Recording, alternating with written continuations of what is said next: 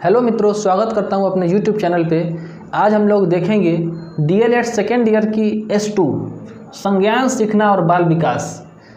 इसकी यूनिट 1 की एक टॉपिक है संज्ञानात्मक विकास की अवस्था, जिसके बारे में हम लोग आज चर्चा करेंगे। 1 बाय 1 पूरे कॉन्सेप्ट को क्लियर करते चलेंगे और साथ ही साथ मैं जो भी बोलूँ इसकी आप लोग नोट्स बनाते रहेंगे तो एग्ज़ाम के समय आप लोग को बहुत हेल्पफुल होगी। तो चलिए हम लोग स्टार्ट करते हैं। हमारा जो सब्जेक्ट का नाम है संज्ञान सीखना और बाल विकास।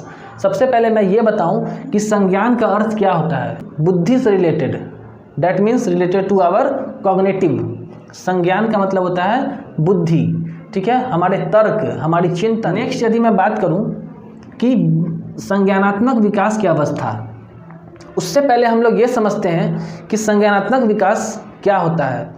बेसिकली हमारे बुद्धि का डेवलपमेंट ही संज्ञानात्मक विकास कहलाता है। जब कोई बच्चा जन्म लेता है तो उसकी बौद्धिक विकास जन्म के समय उतनी नहीं रहती है। जैसे जैसे वो ग्रो करता है, जैसे जैसे वो बड़ा होता है, उस तरीके से उसका विकास होता है, बौद्धिक विकास। तो बेसिकली ये जो कॉग्निटिव डेवलपमेंट, जो हमारा संज्ञानात्मक विकास जो टर्म है, मैं इंग्लिश में भी लिख दिया हूँ। हमारे बहुत सारे ऐसे मित्र हैं जो कि हिंदी मीडियम में कठिनाई होती है, तो उनके लिए मैं इंग्लिश में भी लिख दिया हूँ। तो बेसिकली जो हमारा संज्ञानात्मक विकास है उसकी मैं बात करूं तो संज्ञानात्मक विकास किसने दिया? तो संज्ञानात्मक विकास दिया एक मनोवैज्ञानिक थे, जीन पियाजे। उन्होंने दिया संज्ञानात्मक विकास। संज्ञानात्मक का विकास का अर्थ क्या है? संज्ञानात्मक विकास का अर्थ है बुद्धि का विकास। ठीक है, यहाँ तक बात हुई क्लियर। बेसिकली बुद्धि से रिलेटेड मैं बात करूँ, बुद्धि, चिंतन, कल्पना एटसेट्रा इत्यादि, ये हुई संज्ञानात्मक विकास की बारे में डिफिनीशन। नेक्स्ट यदि मैं बात करूं तो संज्ञानात्मक विकास जो भी बच्चों का होता है, वो जब जन्म लेता है तो उस समय उतनी नहीं होती है। जैसे जैसे वो ग्रो करता है वैसे वैसे उसकी जो है संज्ञानात्मक विकास डेवलप करती है, संज्ञानात्मक विकास बढ़ती है। तो यहाँ पे एक पॉइंट क्या आया कि cognitive development is directly proportional to age, कि संज्ञानात्मक विकास जो है वो बच्चा जैसे जैसे बड़ा होगा वैसे वैसे मैच्योर होगा, तब से तैसे उसका संज्ञान का विकास होगा, संज्ञान का विकास बढ़ेगा। ठीक है। नेक्स्ट यदि मैं बात करूं कि अगर मान लीजिए कोई बच्चा है, उसको आप बताओगे अलजेब्रा सिखाने के लिए, तो वो नहीं सीख पाएगा, क्योंकि वो उसका जो मेंटल लेवल है, उसका जो कॉग्निटिव लेवल है, वो वहाँ तक का नहीं है कि वो अलजेब्रा सीख सके। ठीक है। उसकी जो बेसिकली उसकी जो माइंड है, उसकी जो कॉग्निटिव डेवलपमेंट है, उसकी जो क्षमता है, उसकी जो बुद्धि लगाने की शक्ति है, वो उतनी नहीं हो पाई कि वो अभी अलजेब्रा सीख सके। तो एक पॉइंट यहाँ से आ रहता है कि cognitive development is directly proportional to age. संज्ञानात्मक विकास जो है सीधा सीधा प्रभावित करता है उम्र से। ठीक है। नेक्स्ट यदि मैं बात करूँ तो जीन पियाजे जो है, उन्होंने ये जो विकास की अवस्था है, बेसिकली हमारा टर्म टॉपिक वही है। अब आते हैं हम लोग टॉपिक पे। विकास की जो अवस्था है उसको 4 पार्ट्स में डिवाइड किया। जो हमारे जीन पियाजे हैं, जीन पियाजे, ठीक है, विकास की अवस्था को 4 भागों में विभाजित किया। ठीक है, कितने भागों में? 4 भागों में। देखो इंग्लिश में जीन पियाजेट ऐसे लिखते हैं, जीन पियाजेट। ठीक है, मैं इंग्लिश हिंदी दोनों में लेके चलता हूँ। जीन पियाजेट जो है वो विकास को 4 भाग में डिवाइड किया। Sensory motor stage, pre operational stage, concrete operational stage और फॉर्मल ऑपरेशनल स्टेज। बेसिकली मैं एक एक करके सबको डील करूँगा। तो चलिए हम लोग स्टार्ट करते हैं।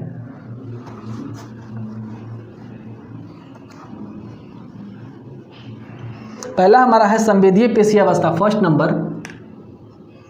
ठीक है। इस स्टेज की बेसिकली यदि मैं बात करूं तो इस स्टेज में, जैसे नाम से ही पता चल रहा है, सेंसरी मोटर, संवेदीय पेशी।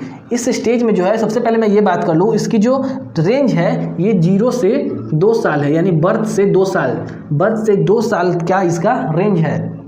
ठीक है, मैं यहाँ पे भी लिख दूँ 0 से 2 साल या फिर बर्थ से 2 साल। इस स्टेज में बच्चा क्या होता है, अपने सेंस ऑर्गन से कुछ महसूस करता है। जैसे कि नाम में है सेंसरी मोटर, ठीक है, संवेदीय पेशी अवस्था, कि सेंस ऑर्गन से बच्चा इस एज में कुछ महसूस करता है। बच्चों को इस स्टेज में इतना पता होता है कि ये आग है, इसको छूने से हमारा हाथ जल जाएगा।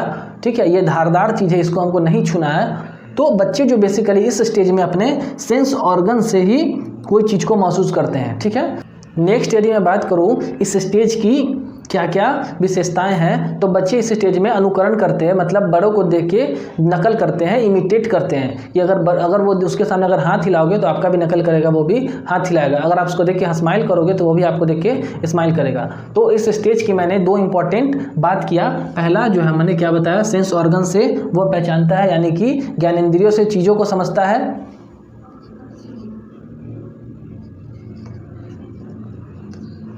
ज्ञानेंद्रियों से चीज़ों को समझता है।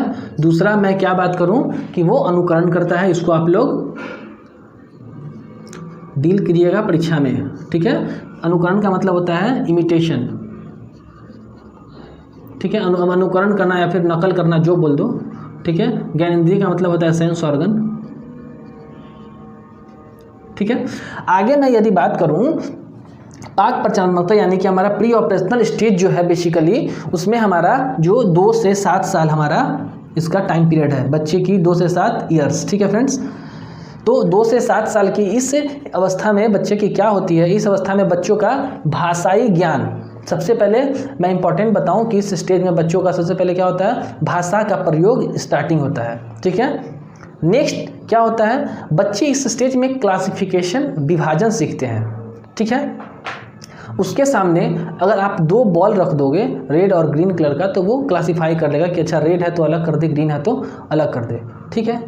नेक्स्ट यदि मैं बात करूं तो ये जो स्टेज है हमारा प्री ऑपरेशनल, उसमें क्या होता है, इस अवस्था के अंत में जैसे कि 7 साल का बच्चा जब होने लगता है तो उसको नंबर का ज्ञान हो जाता है, संख्या का ज्ञान हो जाता है, ठीक है।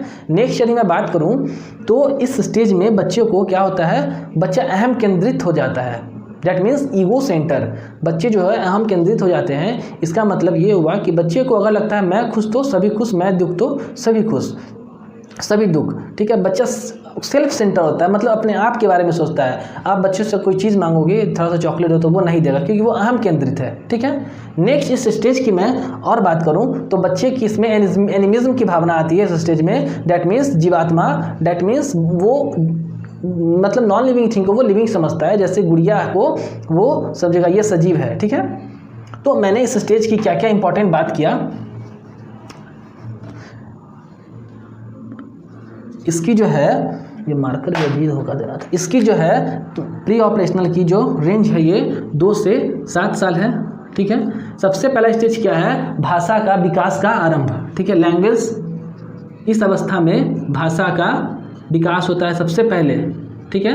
पॉइंट मैं आप लिख रहा हूँ, आप उसको एग्जाम में डील करोगे। नेक्स्ट यदि मैं बात करूँ तो यहाँ पे विभाजन की इसमें गुण आती है, विभाजन की गुण आती है, ठीक है, मतलब क्लासिफिकेशन।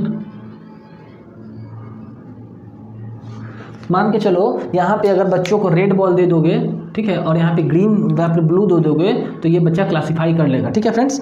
नेक्स्ट यदि मैं आगे बात करूँ भाषा विकास यानी लैंग्वेज डेवलपमेंट। नेक्स्ट यदि मैं बात करूँ तो यहाँ पे आता है हमारा, इस अवस्था में बच्चों को संख्या का ज्ञान हो जाता है, ठीक है, न्यूमरेसी स्किल, ठीक है। आ जाता है अहम केंद्रित, अहम केंद्रित, ईगो सेंटर, ठीक है, जीवात्मा एनिमिज्म। मैं एक बार रिवाइज करवा दूं कि जो पाक प्रचालनात्मकता की अवस्था है, इसकी जो है टाइम पीरियड 2 से 7 साल है। इस अवस्था में बच्चों में भाषा का विकास होता है, इस अवस्था में बच्चा विभाजन सीखते हैं, इस अवस्था में बच्चा संख्या का ज्ञान हो जाता है, इस अवस्था के अंत में संख्या का ज्ञान हो जाता है। इस अवस्था में बच्चों में जीवात्मा उत्पन्न होती है, मतलब वो नॉन लिविंग थिंग को, निर्जीव को भी सजीव मानने लगता है, गुड़िया को में समझता है कि इसमें प्राण है। इस अवस्था में बच्चों अहम केंद्रित हो जाते हैं, यानी ईगोसेंट्रिज्म की भावना आती है, ठीक है। नेक्स्ट मैं यदि बात करूं मूर्त प्रचालनात्मकता की, कॉन्क्रीट ऑपरेशनल की, कि इसकी जो है टाइम पीरियड 7 से 11 साल है। किसी बुक में 12 साल भी लिखता है, लेकिन हम लोग राउंड फिगर में 11 मान के चलते हैं। 7 से 11, किसी बुक में 12 लिखता है। बहुत सारे ऐसे हमारे साइकोलॉजिस्ट हैं जो कोई 12 लिखते हैं, कोई 10 लिखते हैं, कोई 13 लिखते हैं, ठीक है। तो मैं अगर इसकी बात करूं मूर्त प्रचालनात्मकता की, तो इसकी जो टाइम पीरियड है वो 7 से 11 ही अभी हम लोग लेके चलते हैं। स्टैंडर्ड तो यही है, सीटेट भी इसी को बनता है। तो 3 जो हमारा 7 से 11 जो है इसका टाइम पीरियड है।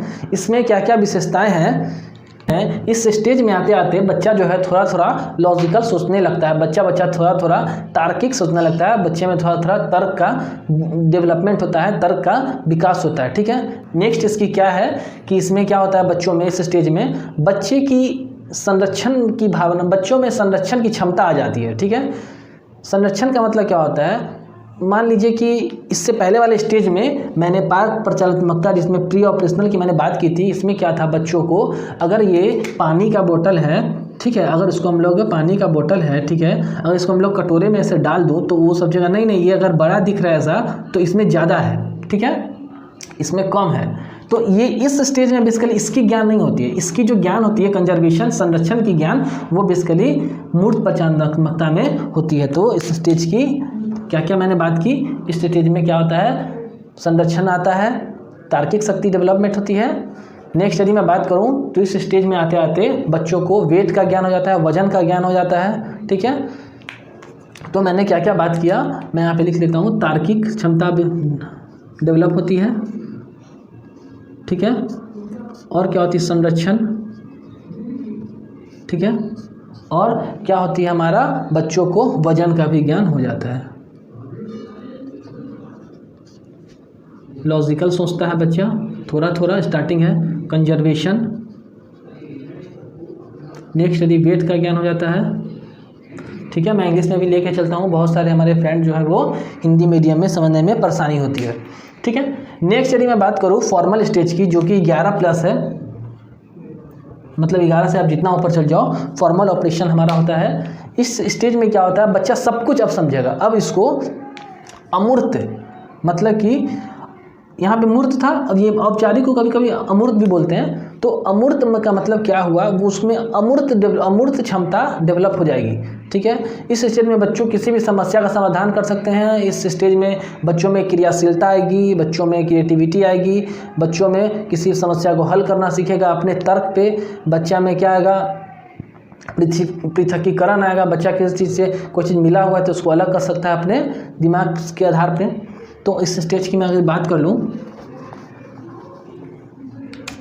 तो 7-11+ है, इस स्टेज में बच्चा क्या होता है अमूर्त क्षमता का विकास हो जाता है, मतलब बच्चा जो है वो एब्स्ट्रैक्ट सोचता है, फॉर्मल सोचता है। अगर बच्चे इस स्टेज में क्या था कि बच्चों को अगर मुझे रेक्टेंगल बताना है तो उसके सामने ये मुझे दिखाना पड़ेगा कि ये रेक्टेंगल है, लेकिन जब बच्चा इस स्टेज में आएगा 11+ आएगा और उसको बोलेंगे रेक्टेंगल तो अपने माइंड में कंसीडर करें अच्छा रेक्टेंगल एक होता है चरकुटा सा फिगर जिसकी कि आमने सामने की भुजा बराबर होती है। ठीक है, तो इस स्टेज में आके विकास हो जाता है इतना कि वो अमूर्त चीज़ को भी समझ पाएगा। ठीक है, बात आगे करते हैं। हालांकि इतना डीप तो आप लोग को नहीं पढ़ना है, हालांकि जो वैन हीले का जो थ्योरी है हमारा वो पढ़ना है आपको इससे अपर लेवल में, जो कि ज्योमेट्री के बारे में पूरा कुछ बताया गया है, तो इतना डीप में जरूरत नहीं है जाने की। चलिए आगे बढ़ते हैं।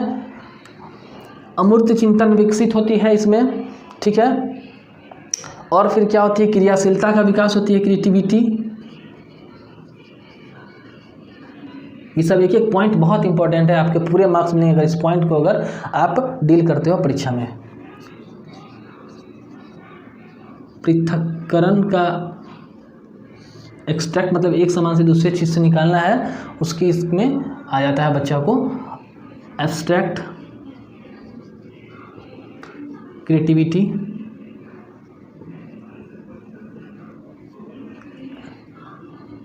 एक्सट्रैक्ट। ठीक है फ्रेंड्स, तो ये हमने बात की जो जीन पियाजेट की जो संज्ञानात्मक विकास के बारे में 4 स्टेज की हमने आज पूरी बात की, जिसमें sensory motor, pre operational, complete operational, formal operational. Hindi में मैं बात करूँ तो संवेदीय, पेशीय, पाक प्रचालात्मकता, मूर्त प्रचालनात्मक और औपचारिक प्रचालनात्मक। ठीक है, इसकी जो टाइम पीरियड इंपॉर्टेंट है मैंने सारे को डिस्कस किया, आप लोग नोट्स बना लो। फिर भी अगर प्रॉब्लम हो तो इस वीडियो में कमेंट कीजिए, तो मैं आगे फिर नोट्स की आप लोग को प्रोवाइड करूँगा। ठीक है फ्रेंड्स, चैनल को लाइक कीजिए, सब्सक्राइब कीजिए। Thank you.